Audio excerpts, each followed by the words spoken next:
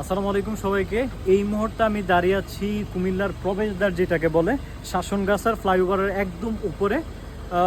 নিচে আছে শাসনগাছার যে বাস স্ট্যান্ড আছে, এটার নিচে পাশে রয়েছে কুমিল্লা রেল স্টেশন এবং সামনে আছে আমাদের কুমিল্লা যে কান্দিরপাড় মেইন শহর ওইটাতে। কিন্তু খুবই আনফর্চুনেট একটা বিষয় হচ্ছে এত বড় ফ্লাইওভার একটা বাতিও জ্বালা নাই, একটা বাতিও নাই।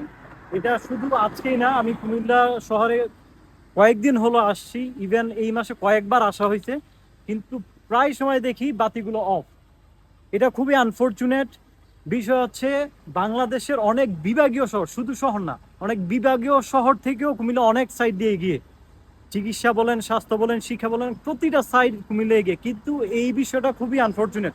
ইভেন এখানে খুবই চুরি ডাকাতির সম্ভাবনাও বেশি, খুবই নীরব এরিয়া, যে কোনো সময় চুরি ডাকাতি হইতে পারে। তো এইটা জনপ্রশাসনকে আমি অনুরোধ করব এই বিষয়টা যাতে খেয়াল রাখে।